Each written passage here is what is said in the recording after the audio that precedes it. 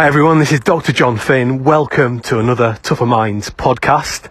I'm out walking in the sunshine, which is fantastic. And I'm just reflecting. I've just actually been editing a chapter from our new book. And I'm just reflecting on knowledge, moving from knowledge to skill to habit. This is a core model in Tougher Minds. One of our core jobs, if not our central job, is to teach people how to make positive changes. That is, how to build new habits. And it's very different knowing how to build a new habit to actually being able to do it, to be able to automate that process. So we talk to people and we structure our training in three parts. One is knowing. So I might know why I get stressed, for example.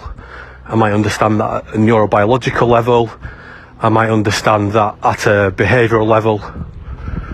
And just understanding why that happens is really helpful. But once I know why I get stressed, I then obviously need to learn some insights about how I can manage it more effectively. So again, acquiring some knowledge about what do I need to do to start to counter that stress response. We know that we can't stop stress happening, but what we can do is be more proactive in how we manage it, so that instead of being negatively impacted by stress for an hour, maybe we can deal with it in 55 minutes, for example. Instead of being negatively affected by a stress for 4 days, maybe we can deal with it in 3 days. And some of the things we teach around, some knowledge we teach around managing stress better, are frameworks like our FAB framework: fortunate, adapt, benefit, our WABA written brain argument. Written eight brain argument. But again, just knowing that stuff isn't going to help you to change behaviour. So until we get some knowledge about what we need to do, we need to put that into practice. That's what we call the skill. So you're practicing the skill. From a stress management perspective, the skills connected to managing stress well in a direct stress response way are really about slowing down our breathing, or managing our breathing, regulating our breathing, and getting better at regulating our thoughts and our emotions. And a core way we can do that is via what we call focus reflection, which is really writing. We have different writing structures we teach people. So you've got some knowledge about why you're stressed, you've got some knowledge about what you can do. Then you can start to practice the skills. You can start to practice reversing the stress response and more quickly getting your attention back onto things that are helpful for you. But that still isn't enough.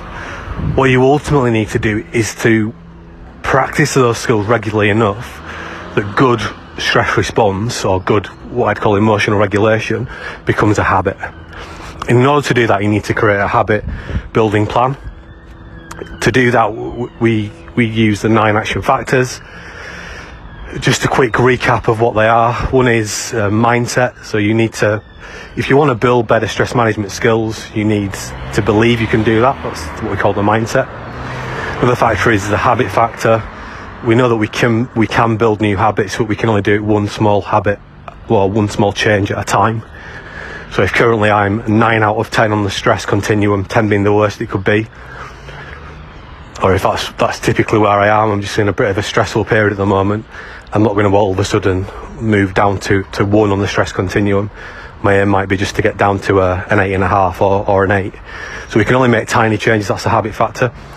I'm going to need to understand why I want to make this change, so connect it to my bigger goals. So we call that personal motivation, and we teach people things like the FAM story to help them to understand that and connect their long-term, their medium-term, their short-term goals. We're going to need some personal knowledge and skills. We're going to need, if it's helpful, if you've got some community knowledge and skills. Social influence will be important. Rewards and penalties will be important. They're broadly come in 3 categories. One is intrinsic rewards, one is extrinsic rewards, one is social rewards. Understanding the environmental triggers around us and how that influences our behaviour will be important to understand, so we can get better at managing it. Also recognising our brain chemistry and what we call brain state. So if we want to get good at practicing building new habits, we want to be doing it at a time of day when we are feeling like we've got some mental charge, some mental capacity. That's only going to be viable if we're building better sleep, diet and exercise habits, because they help our immune system, etc., work properly. So if we're going to make positive change, it's really helpful to think of it as moving from the knowledge to the skill to the habit. Knowing is great, and that's typically where we see most self-help materials that are out there, whether they're on the BBC website or in the self-help section of the bookstore or on Amazon or wherever. But actually, knowing is not enough. We need to take that knowledge and put it into practice, and put it into practice regularly enough so we actually build change, and we build new habits, we build new neurons in our brain that actually automate the thing that we want to get better at. In this example is managing stress, so it would be implicit emotional regulation. And in order to do that, we really need a habit building plan which uses the best behavioural science that we understand. And that's why we created the 9 action factor model, and we use that to help people to build new helpful habits. So we can change, that's positive news, but we have to be realistic and we have to be systematic in the way that we do that. And a really simple way to think about that is we've got to move from knowing or knowledge to skill to habit. And you're good at what you practice, so you might establish a good new what looks like a habit in the next 30 days or 60 days or 90 days. But if you then spend the following 30 days or 60 days or 90 days practicing the old unhelpful thing, you'll revert back to what you were doing previously. So the rule for habits: don't think about a set number of days that you need to get over the bump to create a new behaviour. Think about you're good at what you practice. So we've got to find really easy ways to make it on a daily basis easy to practice the new behaviours that we want to build. So we're going to move from knowledge to skill to habit. Hope that's helpful. Hope it gets you thinking in a positive way about some of the changes you want to make, both individually and collectively. And we'll be talking more about some of the Tougher Minds models in the coming podcasts as we continue to write our new book. Remember, you can access lots of our training materials absolutely free, and one of the core things that we're giving away for free at the moment is our Me Power Resilience Planner. You can just go to our website and you can download that for free. Also on our website you can see the Tougher Minds Foundation course for resilience.